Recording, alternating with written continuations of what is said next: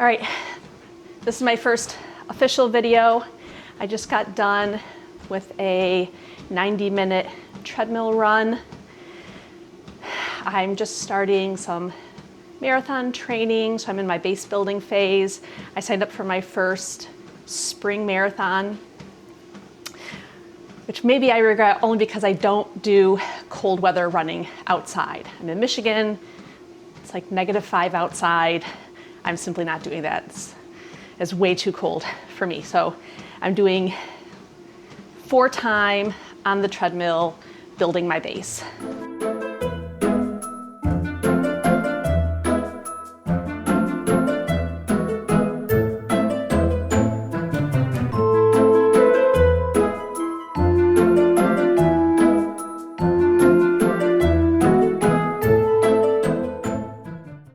My first marathon I ever ran was in preparation for my 50-miler, and I knew nothing. I knew I had to get 26.2 miles in. That was like what was on my training plan. So I got up super early in the morning, drove out to the trailhead, parked at a little park, set off into the woods with like my pack, a little bit of water. I think I had like 3 gels.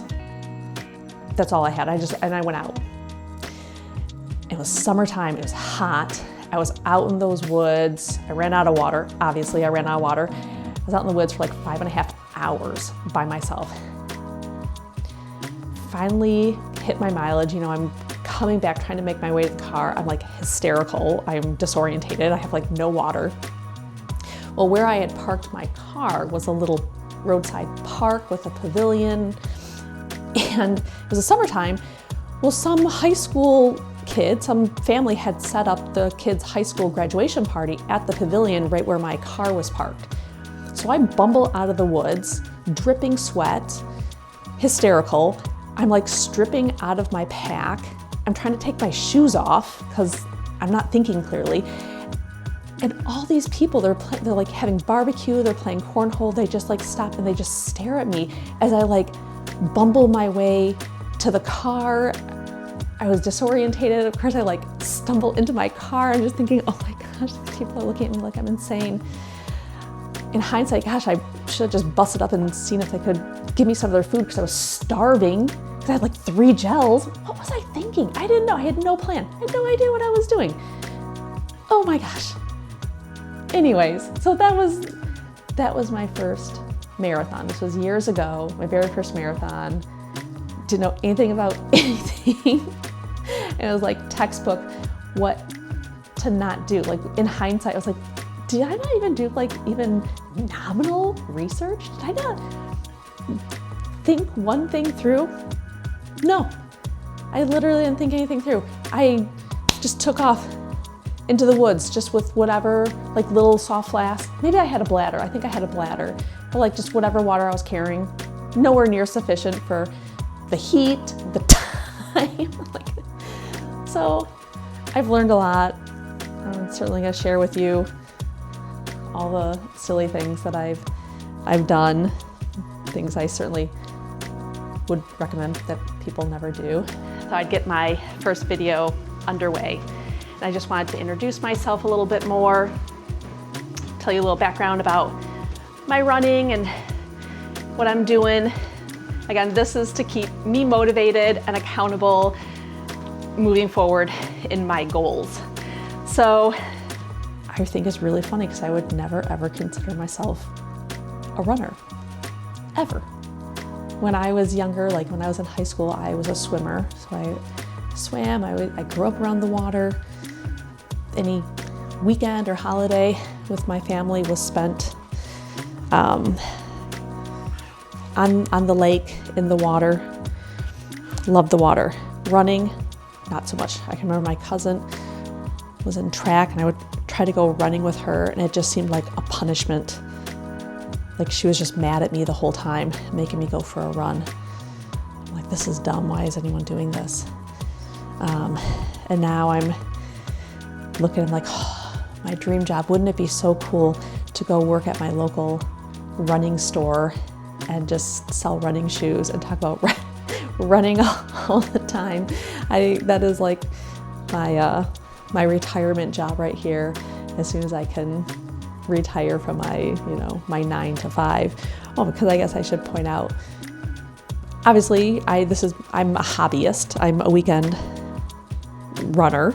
I'm a lawyer, so I work in an office, during the week from 9 to 5, at least 9 to 5. And I have a family, I have kids. I'm a nutrition coach, so I just started doing that a little bit more. And then I am also a L1 trainer at my local CrossFit gym, which I just love. I started running back in law school. It's how I dealt with my stress. I'd come home from class, I'd go for a run, and then I'd come home and eat cereal and watch Grey's Anatomy with my grandpa, who was awesome, the best roommate ever. And never considered myself a runner. It was just how I dealt with stress instead of drinking like most attorneys do.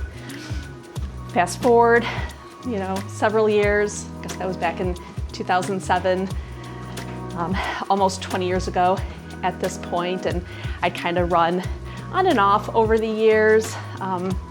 Never anything serious. I don't even think I did a 5K officially, but just moving my body, just kind of dealing with stress. But got married, I had kids, had a career, and just got super busy in life. Fast forward basically until COVID, and kind of stuck at home and reintroduced running consistently back into my life. And I'd forgotten really how much I enjoyed it. So again, that was 6 years ago at this point. And since that time, I've had the opportunity to do some really cool trail runs. And I did a group Ragnar run with just the most incredible group of women ever, and have been in love with trail running ever since. I signed up for a half marathon, half trail, and I jumped to 18 miles.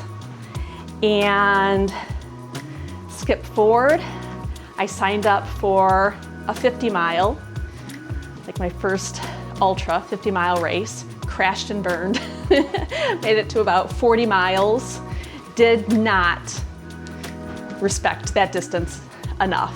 So that kind of knocked me down a few pegs, made me refocus on just solid, consistent running and strength, introducing a lot of strength work into my routine, to the point where last year, 2025, I completed 100K, and I came in just under 16 hours. I had the best time.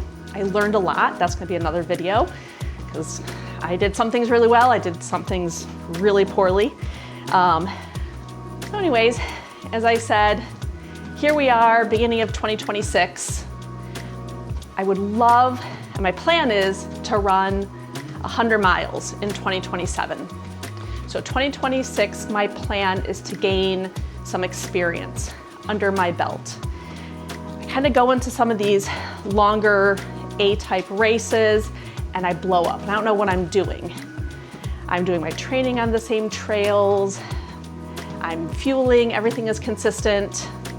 So 2026, my goal is to hit maybe 2 or 3 ultras, maybe at like the 50K, maybe a 50 mile, all to build experience to gear up for 100 miles in 2027. So right now I have a road marathon in May up in Traverse City, Michigan. And it's my first road marathon. I've done that distance on trail, but never on the road. I have Thumb Coast Relay, which I'm doing with some friends. After that, we have Pines to Vine, which I believe is going to be in August. September, I have Woodstock. Both of those will be, I think, a 50K. And then in October, I think I'm going to hit a 50-mile run as like my A game test. So that's my plan for 2026 as far as running goes. It's to be consistent running 4 to 5 times a week, and just building in that consistency, dialing in my fueling and my nutrition so that I am maximizing carbs. I definitely didn't eat enough at my 100K. As a matter of fact, I almost stopped eating and drinking completely because you're not thinking clearly at that point after so many hours on the trail. So definitely making sure that I'm fueling all of my runs, all of my training runs starting now. What do I got right here? I have some dried mango, which I love. I find it delightful, a little chewy, but you know, this has 33 grams of carbs. So if I can work my way up to at least 90 grams of carbs per hour, that's my intermediate goal right now, is just getting my carb intake up so that I'm fueling and eating consistently. I have to get used to eating the treadmill, since I'll be on this treadmill until it warms up outside. For some reason, you always forget to eat when you're running on a treadmill. When I go outside, I'm like, oh yep, I gotta get snacks.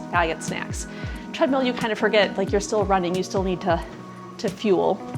So yeah, all about fueling, all about my game plan this year.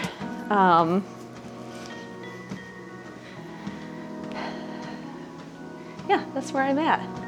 Thank you for your time today.